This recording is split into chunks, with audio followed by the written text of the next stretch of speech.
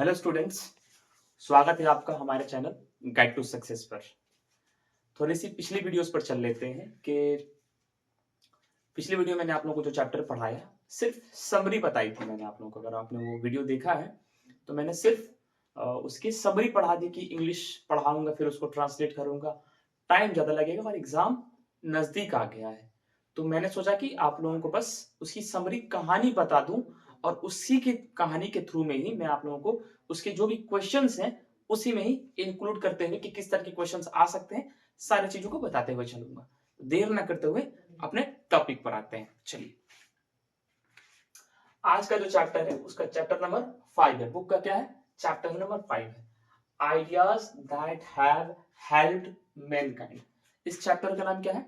Ideas that have helped Mankind.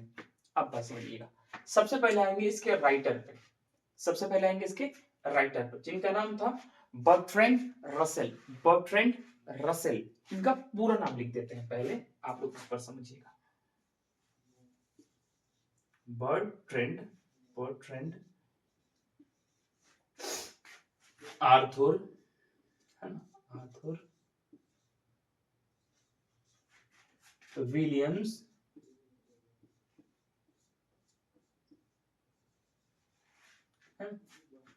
एक minute,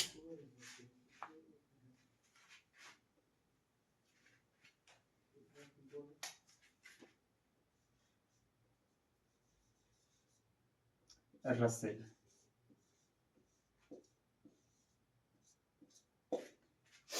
इनका पूरा नाम क्या है? Bertrand Arthur Williams Russell.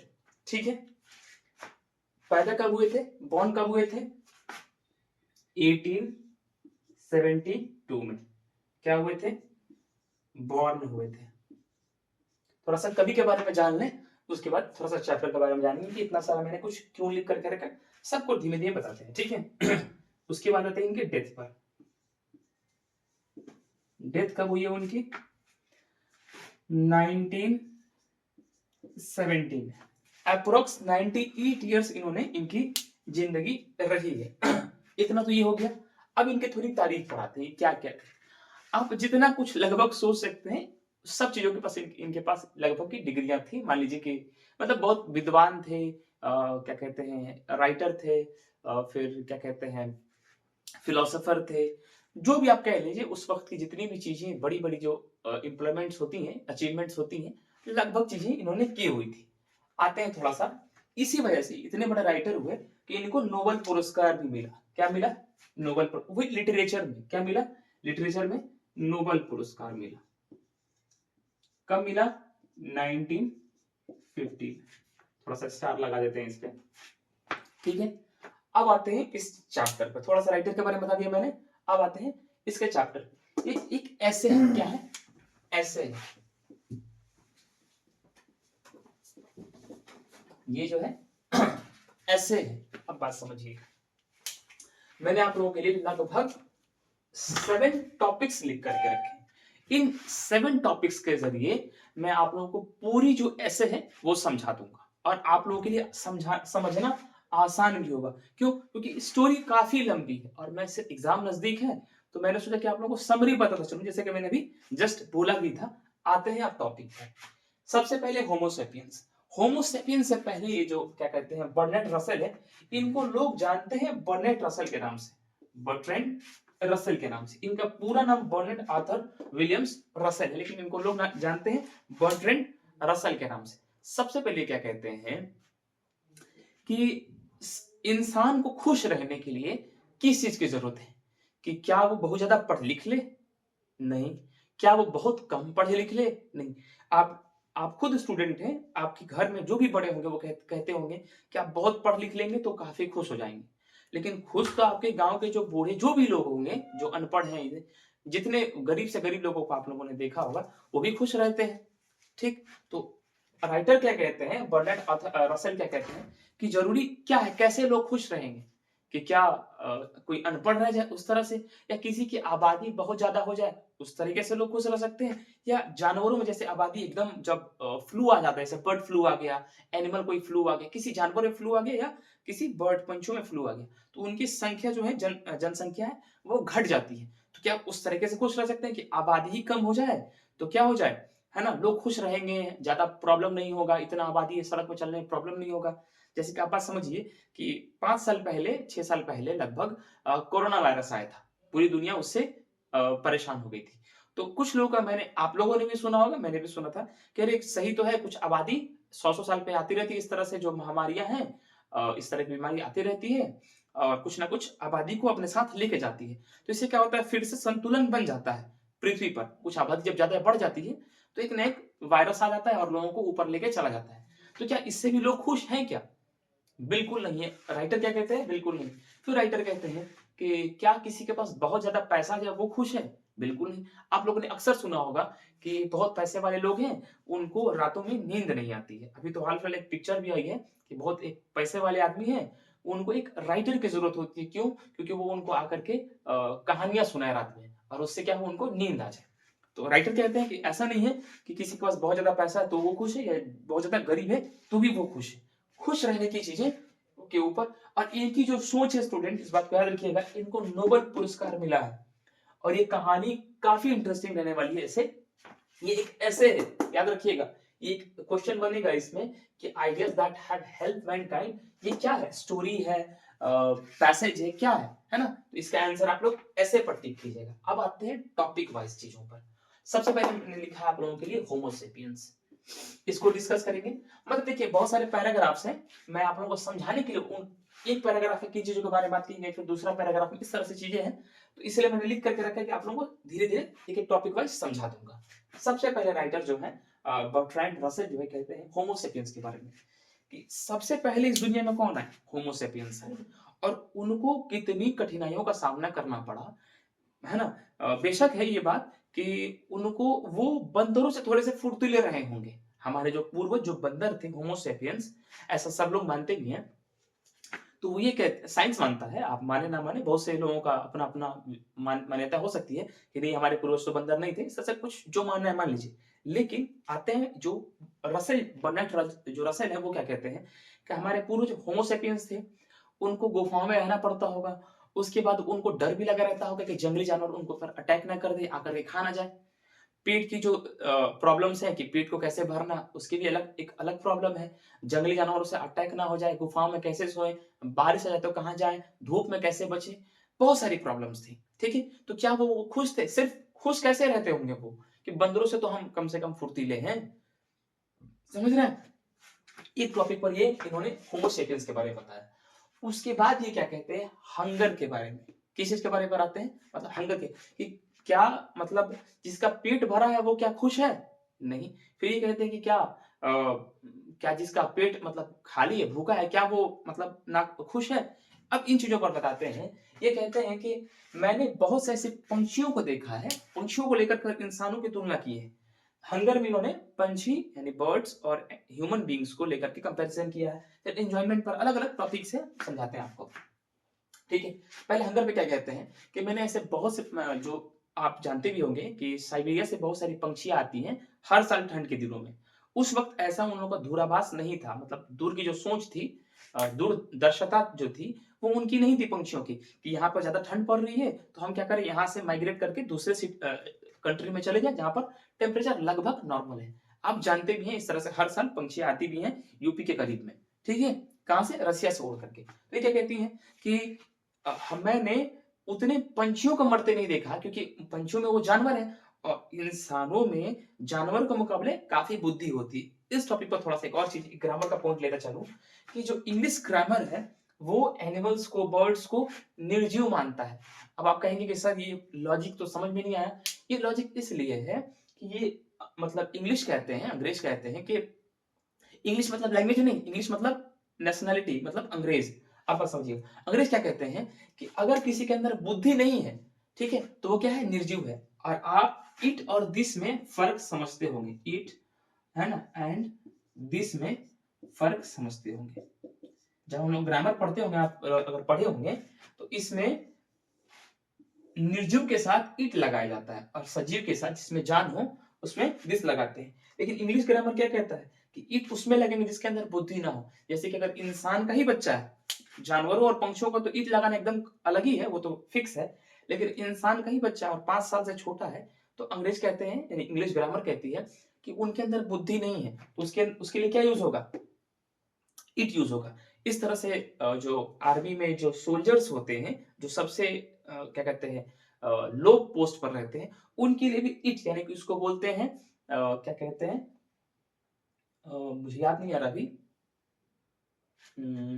Infantry, क्या कहेंगे उसको, उनको इन्फेंट्री, जो सबसे निचले जो लोअर पोस्ट पर होते हैं, इन्फेंट्री जो कहते हैं, उसके लिए भी ईट का इस्तेमाल होता है।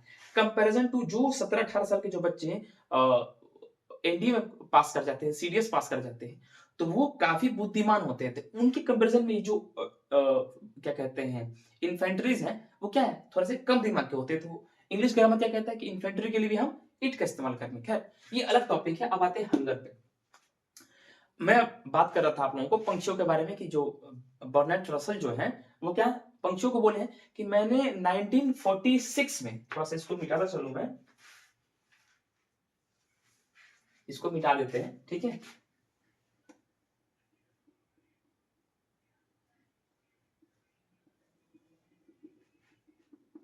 ठीक है।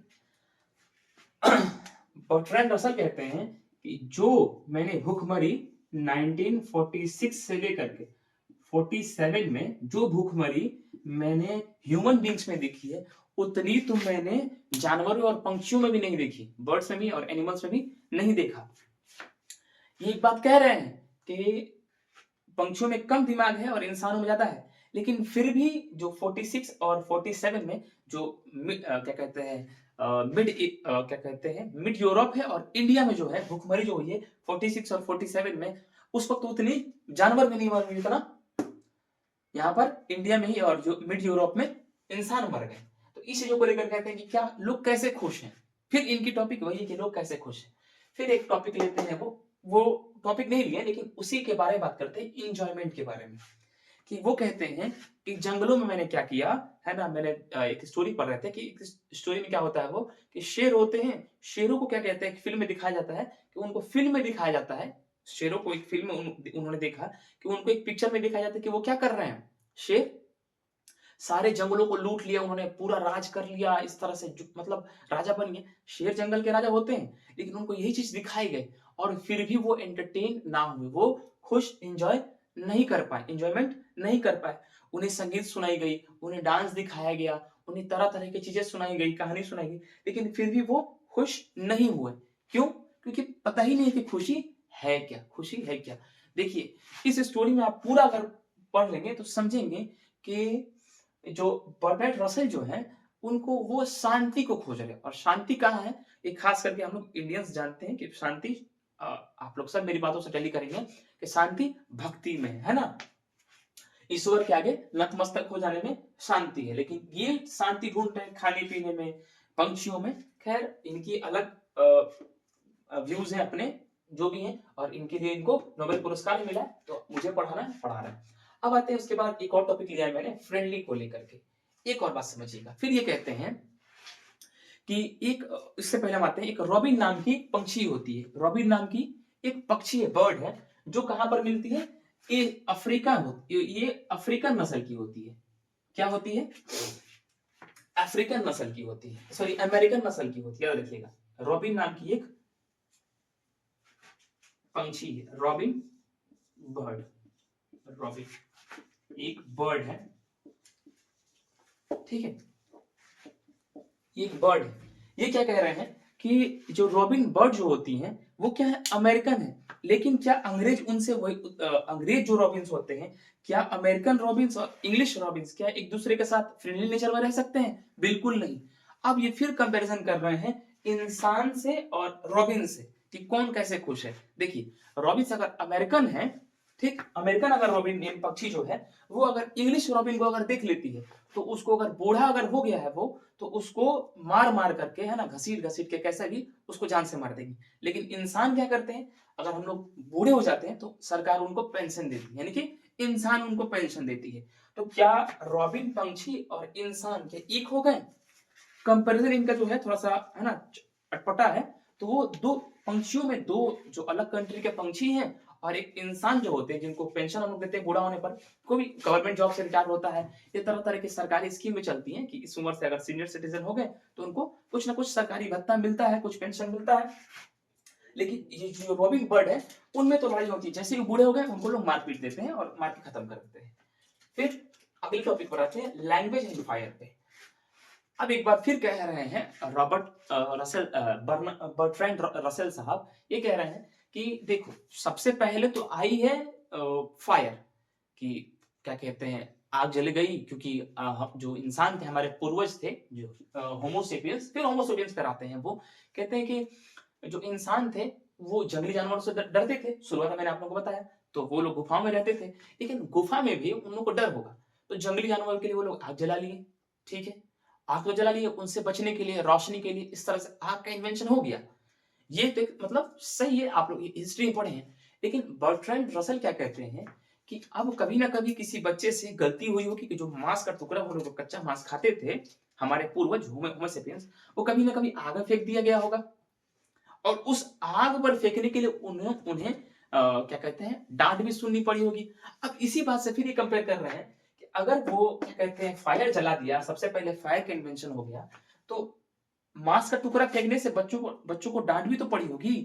ठीक, तो अब ये फिर कह रहे हैं कि फायर आया पहले या लैंग्वेज पहले आया, तो कह रहे हैं कि साथ ही साथ फिर लैंग्वेज का भी इन्वेंशन होना चालू हुआ, लेकिन कहीं ना कहीं कहते हैं कि उन्हें बोलना भी आता था। खैर लेकिन इसी के साथ रसेल कहते हैं कि कहीं ना कहीं जब आके पका हुआ जब वो मांस उन्होंने जो खाया आदिवासियों ने, क्या कहते हैं होमोसेपियंस पूर्वजों ने हमारे, तो उन्हें टेस्ट अच्छा लगा होगा, और उसी के बाद कुकिंग जो मेथड है, कुकिंग मेथड जो है, या उसको आप कुछ भी कह लें, कुकिंग मेथड कह लें या रोस्टिंग मेथड कह लें, इसका इन्वेंशन हो गया कि अब लोग पका करके मांस को खाना चालू कर दिए। देखिए कितनी गहराई में सोच रहे हैं किन की चीजों से लेकर के, आप समझिए बर्नार्ड रसल को यूं ही इनको नोबेल पुरस्कार नहीं मिला। उसके बाद क्या आते हैं पेट्स पर, फिर पेट को लेकर के कंपैरिजन करते हैं। ठीक है, अब ये क्या कह रहे हैं कि पेट्स का क्या सीन है कि जिनको जैसे चीजें मिली है ना। अब देखिए पेट अगर हम लोग पालते हैं तो आप डोमेस्टिक एनिमल एक अलग होते हैं, एक वाइल्ड एनिमल अलग होते हैं, तो क्या हम वाइल्ड एनिमल्स को पाल सकते हैं क्या? आपका जवाब होगा सर बिल्कुल नहीं। तो इस तरह के जब लोग उस वक्त जो पूर्वज थे हमारे, उनको किसी चीज की मतलब बुद्धि वगैरह उस वक्त शुरुआत में नहीं रही होगी, एक एक चीजों को सीखने में उनको 100 साल 500 साल 600 साल लग जाते थे। तो अब कोई अगर मगरमच्छ पाल ले तो श्योर 100% श्योरिटी है कि एक ना दिन वो मगरमच्छ उस इंसान को खा जाएगा। अगर कोई शेर पाल ले, भेड़िया पाल ले, तो संभावनाएं ज्यादा है कि वो उस पर एक ना एक दिन हमला कर ही देगा वो जानवर। लेकिन अगर अगर कोई गाय पालता हो, भेड़ पालता हो, ये रसल ही कहते हैं, बर्ट्रांड रसल ही कहते हैं कि उस वक्त जिन्होंने भैंस, गाय और भेड़े पाल लिए, उनकी जीवन जो है वो बदल गई। उनको दूध भी मिल जाता था, वो जो जानवर थे मवेशी थे, उनके साथ रह भी लिया करते थे। कुत्ते हैं, इनकी मदद भी करते थे, इनकी हेल्प भी करते थे, इनकी गार्डिंग भी करते थे। इसके बाद भी ये कह रहे हैं कि देखो वो लोग तो उनके पास तो बुद्धि नहीं रही, जो मगरमच्छ पाले, जो जंगली जानवर पाल लिए, उनको खतरा हो गया। लेकिन ये कह रहे हैं कि इससे सब लोग एक साथ ही बैठते थे, मतलब एक साथ मिलकर के रहते भी थे। लेकिन जो ही ये लोग जब धर्म से जुड़ गए, और इनके जो ज्ञानी लोग जो थे, जो सबसे बड़े है ना एजुकेटेड जो लोग थे, वो लोग क्या करते थे, एक दूसरे को भड़काते थे कि अरे नहीं उनके साथ मत रहो, तुम उनके साथ मत रहो, और इससे क्या होता था, झगड़ा होता था। और ये झगड़ा जो होता था, फिर ये कंपैरिजन कर रहे हैं कि जो रॉबिन नाम के जो पंछी हैं, हम लोग उससे भी बदतर हो जाते हैं। और उसके बाद ये भी कहते हैं कि जो जंगली जानवर जो जंगलों में रहते हैं और जब उनको भूख लगती है तो एक दूसरे को मार के खा जाते हैं, वो हाल इंसानों का भी हो गया। जिस इंसान की है ना जो क्या कहते हैं नींव डाली गई कितनी अच्छे तरीके से, कि वो कभी लाइट जलाना सीखता है, कभी आग जलाना सीखा, कभी खाना पकाना, धीमे धीमे सारी चीजें सीखी, एक साथ रहना सीखा। और जब लोग उन्हीं में जो ज्यादा पढ़ लिए तो क्या किए, दोनों को लड़ाना चालू कर दिए, और जब वो लड़े तो इन जानवरों से खतरनाक लड़े। आज देश का लगभग माहौल यही है कि कुछ लोग अपने आप को पढ़े लिखे समझ लेते हैं और दो समुदायों को बीच में लड़ाने की कोशिश करते रहते हैं। ये पेट के लेकर के मैंने क्या कहते हैं बर्नार्ड रसल ने बताया। और अब आते हैं 7वें टॉपिक पर, एग्रीकल्चर या सेक्रीफाइसेस पे। अब बात समझिए, जब इन्होंने पेट्स पालना चालू कर दिया, देखो पहले तो ये मांस खाया करते थे जंगली जानवरों को मार करके, जब ये लोग पेट पालना चालू कर दिए, अब जिन जानवरों को ये लोग मार के खाते थे, अब लगभग उन्हीं जानवरों को उन लोगों ने पालना चालू कर दिया, जिससे उनको फायदा भी है ना मिला। लेकिन अब क्या हुआ, जब ये लोग मांस खाना मतलब, अब इसके बाद ये लोग जब एग्रीकल्चर पर आ गए, तो एग्रीकल्चर एक अलग इन्वेंशन हो गया। अब वो लोग अनाज उगाना सीख गए, अनाज उगाना सीखे तो अब वो मांस से थोड़ा थोड़ा दूर होने लगे इंसान। लेकिन जो इन्हीं में से जो पढ़े पढ़े जो दो लोग थे, दो समाज से दो जो पढ़े लिखे लोग थे, इन्होंने कहा कि नहीं, ये जो अब तुम लोग पेट पाले हो ना, इसको सेक्रीफाइस कर दो। क्या कर दो? इसको सेक्रीफाइस कर दो, इनकी बलि दे दो, इनकी कुर्बानी दे दो। तो ये जो दो पक्ष के जो बड़े समुदाय, जो भी दो समुदाय रहेंगे, आप जिनको मान लीजिए, इंसान हमेशा लड़ते ही रहते हैं। पिछले वीडियो में मैंने आप लोगों को ब्लैक नेग्रो गाइस के बारे में बताया था कि इंसान इंसान लड़ते रहते हैं किसी न किसी टॉपिक पे। तो ये बताते हैं कि जो पेट पाल लिया उसका सेक्रीफाइस कर दीजिए, क्योंकि आपके पास खाने के लिए क्या गया है? एग्रीकल्चर तो आप सीख के हैं, अनाज उगा ही लेंगे, तो ये जो जानवर है उसको सेक्रीफाइस कर दीजिए। अच्छा, ऐसा नहीं है कि सेक्रीफाइस कर देंगे तो उसको दफन कर देना है या मिट्टी में मिला दिए, उसको मिट्टी के अंदर दफना दिए, नहीं, सेक्रीफाइस करने के बाद भी खाना ही है। ये किसकी बात थी? Bertrand Arthur William Russell. इनकी सोचने की जो ढंग है बहुत अटकल है ना, बहुत है ना अजीब सा है। और इस तरह से इन्होंने समझाया है कि हम लोग कैसे खुश रह सकते हैं, कैसे क्या करें खुशी के लेकर के, हम लोग कैसे इस दुनिया में खुश रहें। फिलोसोफर थे, बहुत बड़े बड़े राइटर थे, बहुत सी चीजें इन्होंने लिखा। बस मुझे लगता है आप लोगों को ये चैप्टर समझ में आया होगा, और इसी के साथ मैं आप लोगों से विदा लेता हूँ। जय हिंद, जय भारत।